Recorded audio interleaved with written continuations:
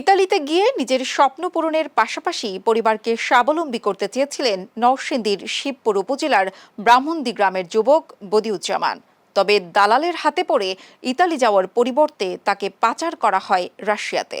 এরপর 7 দিনের প্রশিক্ষণ দিয়ে পাঠানো হয় যুদ্ধে। পরিবারের দাবি, গত 3 মাস ধরে কোনো খোঁজ পাওয়া যাচ্ছে না বদিউজ্জামানের। নরসিংদী থেকে সুজন বর্মনের পাঠানো তথ্য ও ভিডিও চিত্রে বিস্তারিত। আব্বুর অনেক কষ্ট ওইখানে। আব্বুর খাবার দাবার কিছু ছিল না, অনেক কষ্ট করেছে। আমার ঘরে জীবন টাকা পয়সা উদ্ধার করে দিব। আমি এই নাতি পুতি লইয়া বউ বাচ্চা লইয়া আমি কেমনে চলবো আমি। নরসিংদীর শিবপুর উপজেলার ব্রাহ্মণদী গ্রামের বাসিন্দা শাফিজ উদ্দিন ও লিলি বেগমের ছেলে মোহাম্মদ বদিউজ্জামান। বিবাহিত জীবনে 2 কন্যা ও 1 ছেলে সন্তানের পিতা তিনি। ছেলে মেয়ের জন্য সুন্দর ভবিষ্যৎ ও পরিবারের স্বপ্ন পূরণে বিদেশ যাওয়ার চিন্তা করেন।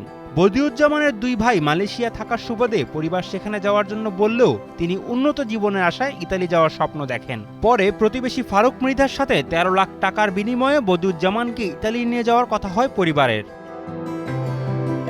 2024 সালের 10 অক্টোবর দালাল ফারুক বদিউজ্জামানকে ওমরা ভিসায় সৌদি আরব নিয়ে যায়। সেখানে 2 মাস অবস্থান করিয়ে রাশিয়ায় নিয়ে যাওয়া হয়। রাশিয়ায় প্রবেশের সময় ইমিগ্রেশন পুলিশের হাতে ধরা পড়ে বদিউজ্জামান। সেখান থেকে শফিক তাকে ছাড়িয়ে 20 লাখ টাকার বিনিময়ে রাশিয়ার মানব পাচারকারীদের কাছে বিক্রি করে দেয়। পরে তাকে রাশিয়ান সেনাবাহিনীর ক্যাম্পে নিয়ে যাওয়া হয়। বাংলাদেশি, আমি মোহাম্মদ বদিউজ্জামান। আমাকে এখানে এসেছে, ফারুক বলেছে যে আমাকে ইত্যাদি পাঠাবে। এখানে এসে সেনাবাহিনী আমাকে না বলে তার বস আমাকে ঢুকাই দিয়েছে। এখন আমি খুব বিপদের মধ্যে আছি।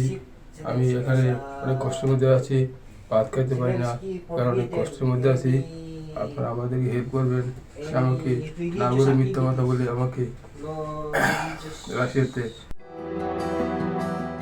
বদিউজ্জামানকে সেনাবাহিনীর ট্রেনিং দেওয়া হয়। তার রাশিয়া যুদ্ধের বেজ নং AB797514।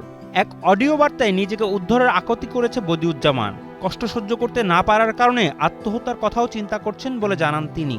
টাকা লাগলে টাকা দিবে, তারপরও নিজেকে উদ্ধারের বারবার আকুতি করেছেন বদিউজ্জামান। বলছে যে আব্বুর অনেক কষ্ট ওইখানে। আব্বুর খাবার দাবার কিছু ছিল না, অনেক কষ্ট করেছে। আমি যাতে ভালোভাবে লেখাপড়া করে একজন ভালো মানুষ হতে পারি। এখন আব্বুর নাম্বারে ফোন দিলে কিছু বলে না। আব্বুর নাম্বারে ভয়েস দিল, আব্বু ভয়েস দেখে না। মার্চের 10 তারিখে আব্বুর সাথে কথা বলছি, পরে আর আব্বুর সাথে কথা বলতে পারি। এখন যে কোনো ব্র্যান্ডের পুরাতন এসি বদলে নতুন ওয়ালটন এসিতে উপভোগ করুন 25% ছাড়।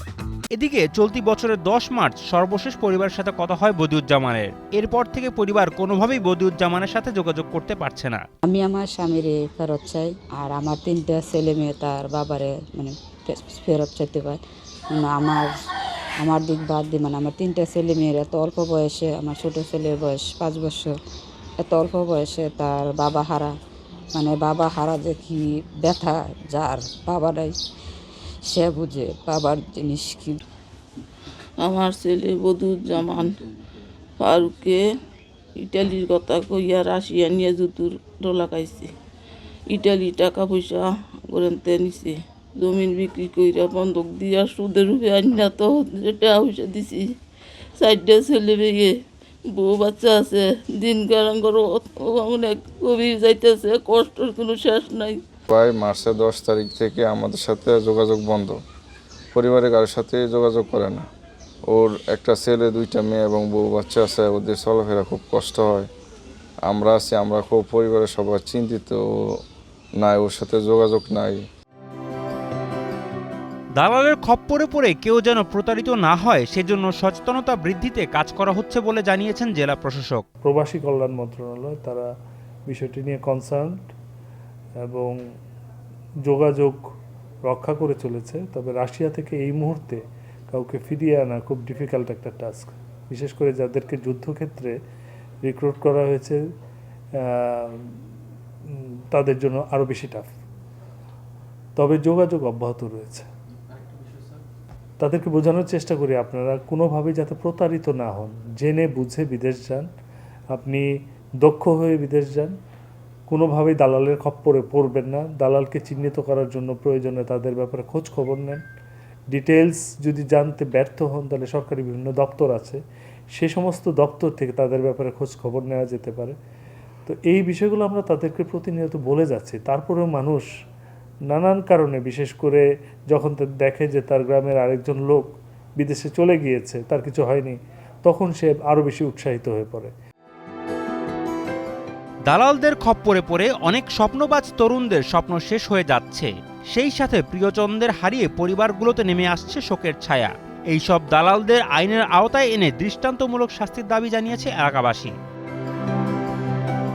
নরসিংদী থেকে সুজন বর্মনের পাঠানো তথ্য ও চিত্রে ডেস্ক রিপোর্ট, কালের কণ্ঠ।